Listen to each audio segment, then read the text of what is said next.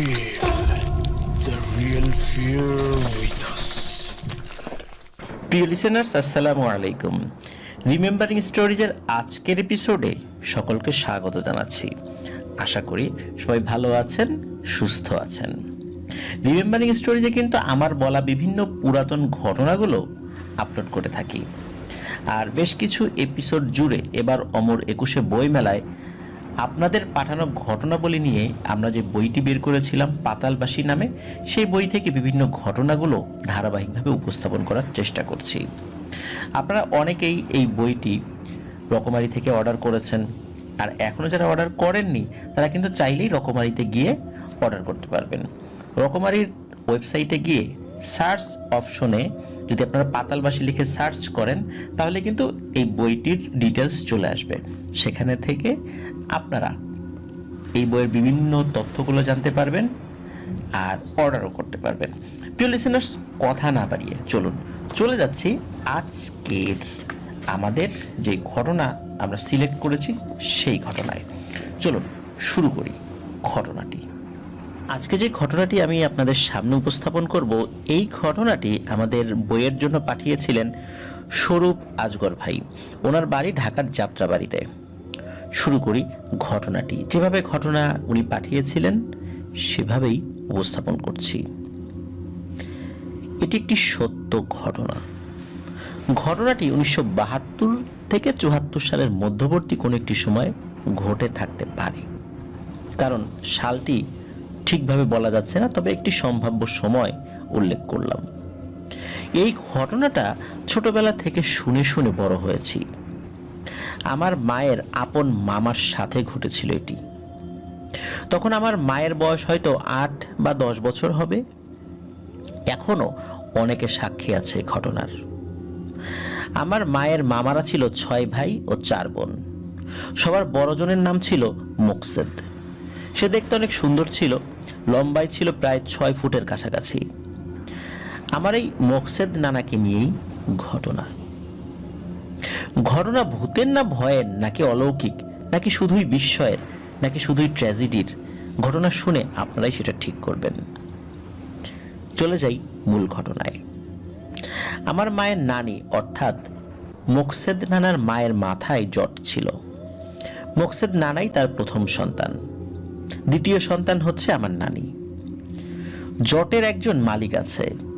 মোকসেদ মামা যখন জন্ম নিল দিবাগত রাতে সবকিছুই ঠিক ছিল।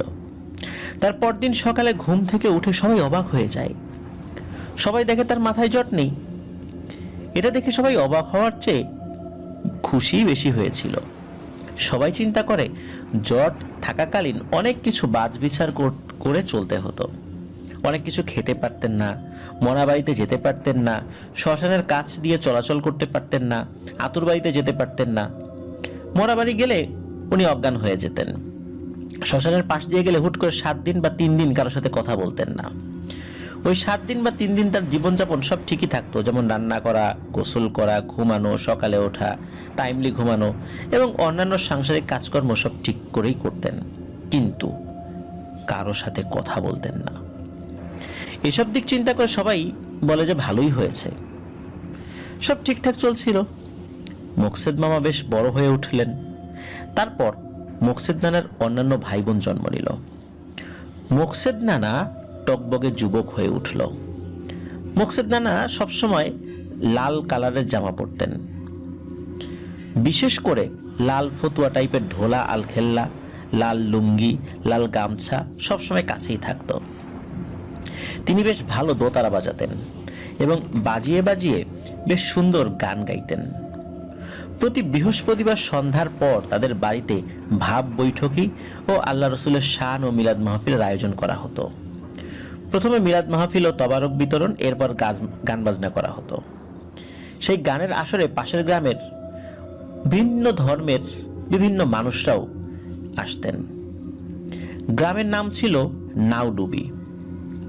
মোকসেদ নানাদের বাড়ি থেকে হেঁটে গেলে 15 মিনিট লাগবে হয়তো। এর ভেতর থেকে একটি মহিলার মোকসেদ নানাকে ভালো লেগে যায়। মহিলার নাম ছিল ডালো। সেই মহিলা ছিল বিবাহিত। তিনি তার 2 মেয়ের ননদকে নিয়ে রাতে গান শুনতে আসতেন, কিন্তু ধর্মীয় বিষয় বিবেচনা করে তিনি নানাকে আর কিছুই বলেন না। প্রতি বৃহস্পতিবার নিয়ম করে গান শুনতে আসতেন।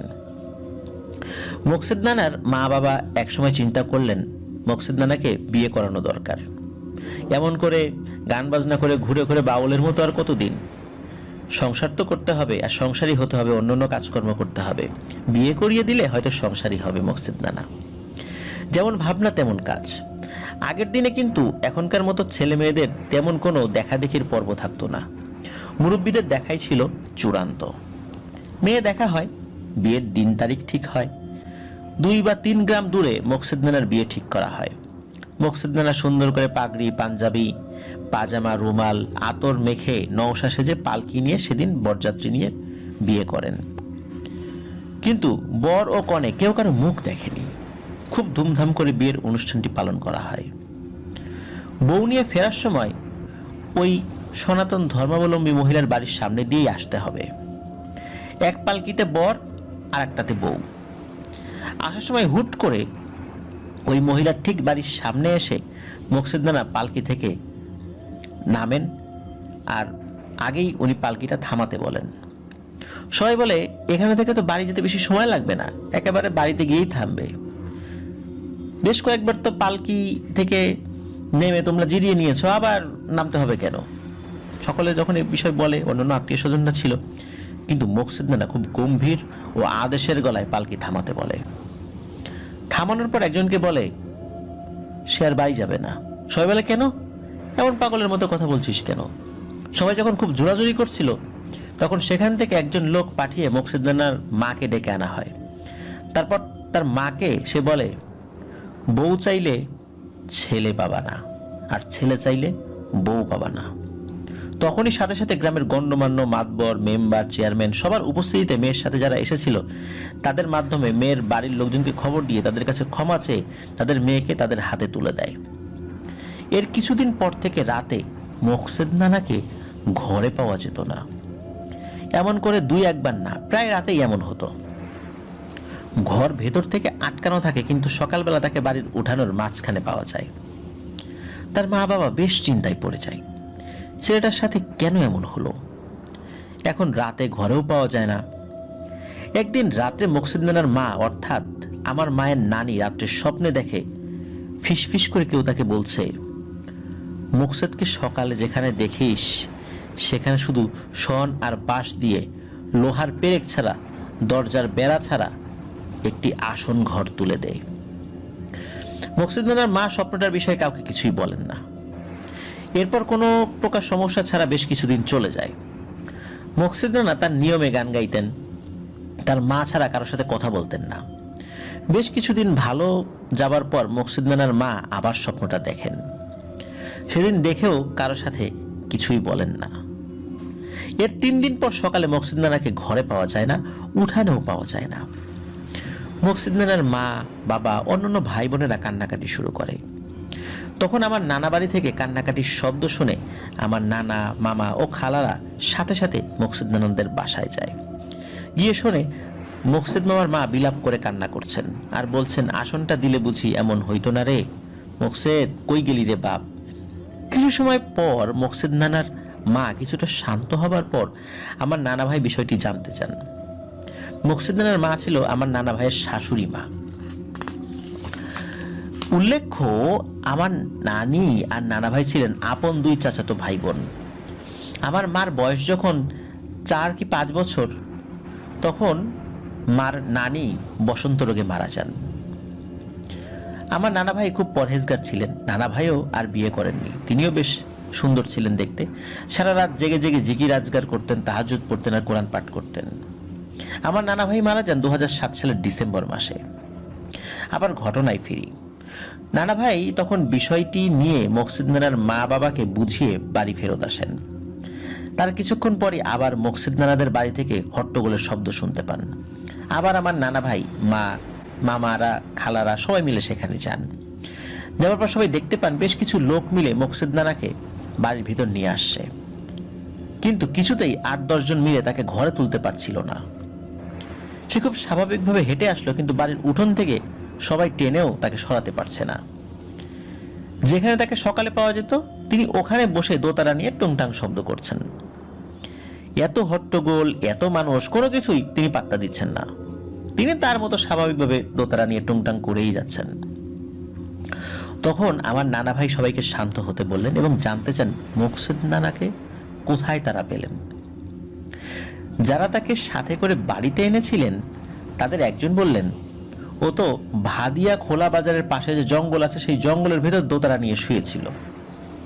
ঘটনাটা কিন্তু 1972 থেকে 74 সালের মধ্যে। তখন কিন্তু বাড়িঘর বেশি ছিল না, বেশিরভাগ জায়গা ছিল জঙ্গল। তারা বলে, আমরা সকালে বাজারে যাবার সময় ওই জঙ্গলের ভেতর থেকে দোতারার শব্দ শুনি, কিন্তু কাউকে দেখতে পাই না। এমন করে বাজারে যাবার সময় অনেকে দোতারার শব্দ শুনে ভয় পায়। প্রতিদিন বাজারটা শুরু হতো ঠিক ফজরের নামাজের পর। ওই সময় বাজারের সময় ছিল, সকাল 8টা অবধি বাজার চলতো। বাজার থেকে বাড়ি ফেরার পথে কৌতূহলবশত যখন তারা ফিরছিলেন, ওই ফেরার পথে কৌতূহলবশত 6 থেকে 7 জন মিলে ভয় ডর ভেঙে ঝোড় জঙ্গলের ভেতর প্রবেশ করেন। জিনভূতের ভয় নয়, এমন জঙ্গলে তখন বিভিন্ন প্রকার বন্য বিভিন্ন জিনিস পাওয়া যায়, যেমন বন বিড়াল, খাটা, সাপ এবং জঙ্গলের ভীতিকর বিভিন্ন ধরনের বিষাক্ত প্রাণী সেখানে ছিল। অবশ্য বাঘ ভাল্লুক ছিল না সেখানে। তো আমার নানা ভাই সব ঘটনা শুনে সবাইকে শান্ত হতে বললেন। আমার নানা ভাই মোকসেদ নানার মাকে নতুন করে একটি চুলা খুঁড়তে বলেন। তখনও মোকসেদ নানা হাসি মুখে তারা নিয়ে উঠোনের ওই মাঝখানটাতেই বসেছিল আর নিজের আপন মনে সেই টুংটাং টুংটাং করেই যাচ্ছেন।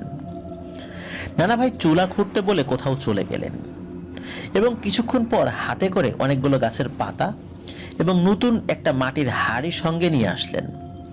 নিয়ে আসার পর সেই চুলায় নদীর পানি গরম করতে বসালেন। হাতের পাতাগুলো পানির ভিতর দিয়ে পানি গরম হতে দিলেন। পানি গরম হতে হতে নানা ভাই মোকসেদ নানার মাকে বললেন, এখনই স্বপ্নের আদেশ অনুযায়ী আসন গড়ানোর ব্যবস্থা করুন। সাথে সাথে আসন তৈরি করতে যা যা লাগবে কিনতে পাশের ঝিটকা বাজারে চলে গেল। তখন পুরোটাই ছিল মাটির রাস্তা, পায়ে হাঁটা বা ভ্যান ছাড়া চলার কিছুই ছিল না। তিনি পানি গরম হওয়ার পর মোকসেদ নানাকে উঠোনের মাঝখানে বসিয়ে 7 ধরনের গাছের পাতা দেওয়া গরম পানিতে গোসল করালেন এবং নতুন লাল কাপড় পরালেন। 1 গ্লাস দুধ খাওয়ানোর পর নানা ভাই তার পাশে বসে রইলেন যতক্ষণ না আসন তৈরির সন বাঁশ না আসে। সেগুলো বাজার থেকে কিনে আনতে প্রায় 3 থেকে 4 ঘন্টা সময় লেগেছিল। নানা ভাই এই লম্বা সময়টা মোকসেদ নানার পাশেই বসা ছিলেন এবং ওই জায়গাটা ভালো করে লেপে তার উপর আসনের কাজ শুরু করে। নানা ভাই সবাইকে পবিত্র অবস্থায় কাজগুলো করতে বলেছিলেন। আসনের সবকিছু আসলো। সেদিন রাত 8টা থেকে 9টার ভিতরে আসনের কাজ সম্পূর্ণ হলো। সেখানেই রাতে মোকসেদ নানার ঘুমানোর ব্যবস্থা করা হলো। সেখানেই রাতের খাবার দেওয়া হলো। খাবার দেওয়ার সময় মোকসেদ নানা তার মাকে বলল, মা, বেশি করে দুধ দিও আমাকে। সেদিন রাত্রে মোকসেদ নানা তাদের বাড়িতে শেষবারের মতো খাবার খান। এরপরে কেটে যায় 1 যুগ, মানে 12 বছর। তিনি 12 বছর মানে এই মোকসেদ নানা তাদের বাড়িতে একবেলা ভাত বা অন্য কিছুই খায়নি, আর বাড়িতে একটি রাতও ঘুমাননি। এই 12টা বছর তিনি তার বাড়ির আশেপাশে ঝোপ জঙ্গলে রাত কাটাতেন। খুব ভয়ঙ্কর জঙ্গল ছিল। তিনি 12 বছর এমনভাবে জঙ্গলে জঙ্গলে থাকতেন। কেউ কিছু দিলে খেতেন, না দিলে খেতেন না। মজার বিষয় হলো, যতই ক্ষুধা লাগুক না কেন তার বাড়ির খাবার দিয়ে তিনি খেতেন না। অন্য কাউকে দিয়ে তাদের বাড়ির খাবার দিলেও তিনি বুঝে ফেলতেন। কিভাবে বুঝতেন? এটা আসলে একটা বিস্ময়। সেদিনের পরের দিন আমার নানা ভাই মোকসেদ নানার মা বাবাকে বললেন তারা যেন চিন্তা না করে, তাদের ছেলে তাদের চোখের সামনেই থাকবে, কিন্তু 12 বছর কারোর সাথে কোনো কথা বলবে না, বাড়ির খাবারও খাবে না। কারণ জানতে চাইলে নানা ভাই বলেন, গতকাল রাত্রে তিনি তার মৌলানা সাহেবের সাথে কথা বলেছেন।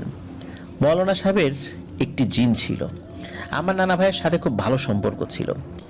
সেই জিনটি এখনও আমার নানা বাড়িতে আছে। তো আমার মা, মামারা, খালারা অনেকেই জিনকে দেখেছেন। আমার নানা বাড়ির রান্নাঘরের পাশে একটি তেঁতুল গাছ আছে, সেই গাছেই সেই জিনটি থাকে। মাথায় সাদা টুপি দেওয়া, সাদা আলখাল্লা পরা একটা অবয়ব বোঝা যায়। তবে তিনি কারো ক্ষতি করেন না, আর কখনো করেনও নি, ভবিষ্যতেও ইনশাল্লাহ করবেন না। এটা এক প্রকার শাস্তি দেওয়া হয়েছে নাকি মোকসেদ নানাকে। আর সবচেয়ে বড় বিষয়, মোকসেদ নানাকে হিন্দু শাস্ত্র মতে কেউ তাবিজ কবজ করেছে, যার প্রভাবে মোকসেদ নানার এমন পরিণতি। আমার নানা ভাই আরো বলেন, মোকসেদ নানার বিয়ে কেউ একজন সহ্য করতে পারেনি। সেজন্য কাউকে বিয়ে করতে না পারে বা বিয়ে করলেও তিনি যেন সংসার করতে না পারেন, এ লক্ষ্য হাসিলের জন্য তাকে ভয়ানক একটি ব্ল্যাক ম্যাজিক করা হয়েছিল। বিষয়টি ছিল এমন যে তুই আমার না হলে অন্য কারো হতে পারবি না, তাই হিন্দু শাস্ত্র মতে তাকে কালো জাদু করা হয়েছে। কালো জাদু বিভিন্ন ধর্ম মতে করা যায়, এমনকি মুসলিম ধর্মেও বা ইসলাম ধর্ম মতেও কালো জাদু করা যায়। এটা হয়তো আমরা অনেকেই জানি না, কিন্তু কালো জাদু যে কোনো ধর্ম মতেই, যে কোনো ধর্মীয় কিতাব দিয়ে তাদের ধর্ম মতে এটি করা সম্ভব। নানা ভাইয়ের মৌলানা সাহেবের এত ক্ষমতা নেই, কারণ হলো সে তাবিজ বা কালো জাদুতে সব অপবিত্র জিনিসপত্র ব্যবহার করা হয়েছে। বিভিন্ন ধরনের জায়গা থেকে বিভিন্ন ধরনের অপবিত্র মাটি নিয়ে আসা হয়েছিল এবং সেটি দিয়ে কাজটি করা হয়েছিল। তাবিজটা এমন নাপাক ও অপবিত্র জায়গায় রেখেছে যে সেখান থেকে কোনো পবিত্র জিনের পক্ষে গিয়ে সেটা তুলে আনা সম্ভব নয়। তাই নানা ভাইয়ের মৌলানা সাহেব ওই তাবিজটা নষ্ট করতে পারেনি। জিন জাতি অনেক পবিত্র ও অপবিত্র জায়গায় যেতে পারে না।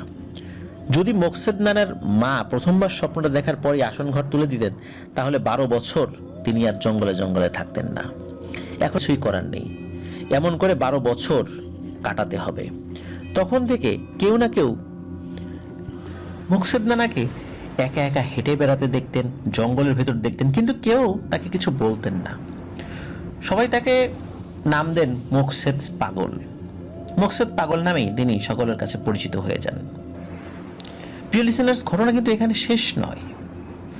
12 বছর শেষ হওয়ার সাথে সাথে তিনি তার বাড়িতে ওই উঠোনের মাঝখানে যে আসন ঘর তোলা হয়েছিল সেখানে গিয়ে ওঠেন। আবার প্রতি বৃহস্পতিবার গান বাজনা করতেন। গান বাজনা শেষ করে সবাই যে যার মতো চলে যেত। ওই যে হিন্দু মহিলা, তিনিও কিন্তু গান শুনতে আসতেন। সবাই যাবার কিছুক্ষণ পর আসনে দুধ, কলা এগুলো দেয়া হতো। এভাবে ভালোই যাচ্ছিল, বেশ কয়েক বছর চলে যায়। তারপর একদিনের ঘটনা। দিনটি ছিল শুক্রবার, সময়টা ছিল বাদ জুম্মা।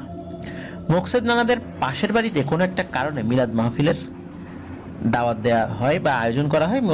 মোকসেদ নানাকেও দাওয়াত দেওয়া হয় এবং সেখানে মোকসেদ নানা এবং আমার নানা ভাই যান। মিলাদ মাহফিল শেষ হওয়ার পর সবাইকে তবারক বিতরণ করা হলো। সবাইকে লম্বা পাটিতে সিরিয়াল করে বসিয়ে কলা পাতায় খেতে দিল। মোকসেদ নানাও সবার সাথে খেতে বসলেন এবং ভাত ও মাছও খেলেন। তারপর পায়েস বা ক্ষীরের ব্যবস্থা ছিল। মোকসেদ নানার কলা পাতায় ক্ষীর দেয়া হলো। তিনি সেই ক্ষীর মাত্র 2 বার মুখে দিয়েছিলেন। তারপর মানুষজনের ভিতর তার রক্ত বমি শুরু হয়। টিউবওয়েলের পানির মতো নাকি তার গলা দিয়ে রক্ত আসতে লাগলো। মাত্র 3 থেকে 4 মিনিটের ভিতর রক্ত বমি করতে করতে সাধের দোতারা ছেড়ে চলে যান না ফেরার দেশে। পুরো সরব্দি নগর গ্রামে চলে আসলো এক শোকের ছায়া। মোকসেদ মামার পরিবারেও শোকের ছায়া।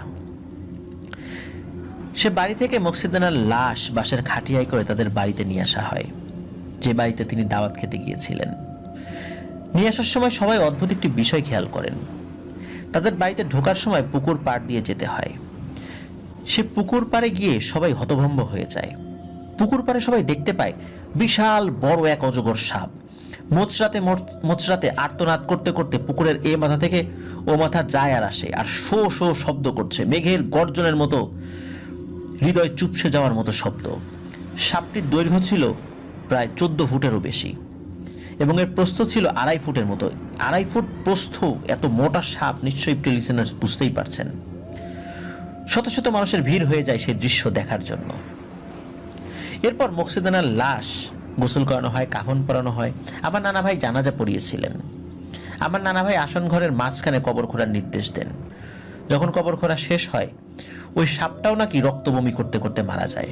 ওই সাপটাকেও মাটি চাপা দেওয়া হয়েছিল কোনো একটা জায়গায়। মোকসেদ নানা মারা যাওয়ার পরদিনই ওই ডালো নামক হিন্দু মহিলাটি বদ্ধ উন্মাদ হয়ে যায় এবং বাকি জীবন পাগল থেকেই মারা যান।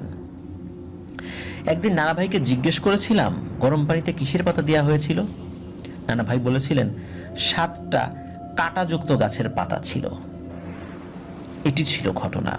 প্রিয় লিসেনার্স, এই ঘটনা থেকে কিন্তু আমরা কয়েকটা বিষয় আমরা বুঝতে পারলাম। এটি হচ্ছে ওই ডালো নামক যে হিন্দু মহিলা, তিনি বিবাহিত ছিলেন, তার সন্তানাদি ছিল, কিন্তু তারপরও মকসেদ নানাকে পছন্দ করতেন। কিন্তু যেহেতু ধর্মীয় একটা বাধা ছিল, উনি তো কাউকে কিছু বলতে পারছিলেন না, কিন্তু মকসেদ নানা যাতে কাউকে বিয়ে না করে এই জন্য উনি মূলত ব্ল্যাক ম্যাজিক করেছিলেন, যার ফলে ভয়ানক কোনো একটা জিন ওনার কাছে চলে আসে এবং যার ফলশ্রুতিতে উনি আর সংসারই করতে পারেন নাই। তারপর আসন দেওয়ার এই বিষয়টি পরিষ্কার নয়, কিন্তু 12 বছর উনি এভাবে জঙ্গলে জঙ্গলে ঘুরে ঘুরে রাত কাটিয়েছেন, কারোর সাথে কথা বলতেন না, নিজের বাড়ির খাবার খেতেন না। তারপর যখন 12 বছর পার হয়ে যায় আবার বাড়িতে ফেরত আসেন, এরপরে আবার আগের নিয়মে উনি জীবনযাপন করতে থাকেন, মানুষের সাথে কথা বলতে থাকেন। এরপরে কোনো একটা বাড়িতে দাওয়াত খেতে গিয়ে যখন ওই ক্ষীর খেয়েছেন তখনই এই সমস্যা, রক্ত বমি করতে করতে মারা যান। উনি মারা যাওয়ার পর ওই যে একটা সাপ, অজগর সাপের মতো একটা সাপ, 2.5 ফুট চওড়া, লম্বা তো প্রায় 14 ফুটের উপরে, কত মোটা একটা সাপ নিশ্চয়ই বুঝতে পারছেন। এই সাপটি আসলে কি সাপ ছিল না অন্য কোনো ব্যাপার ছিল? ক্ষীর খাওয়ার সাথে সাথে কেনই বা এরকম পরিণতি হয়েছিল, এই বিষয়টি নিয়ে পরবর্তীতে আর কোনো অ্যানালাইসিস হয়নি।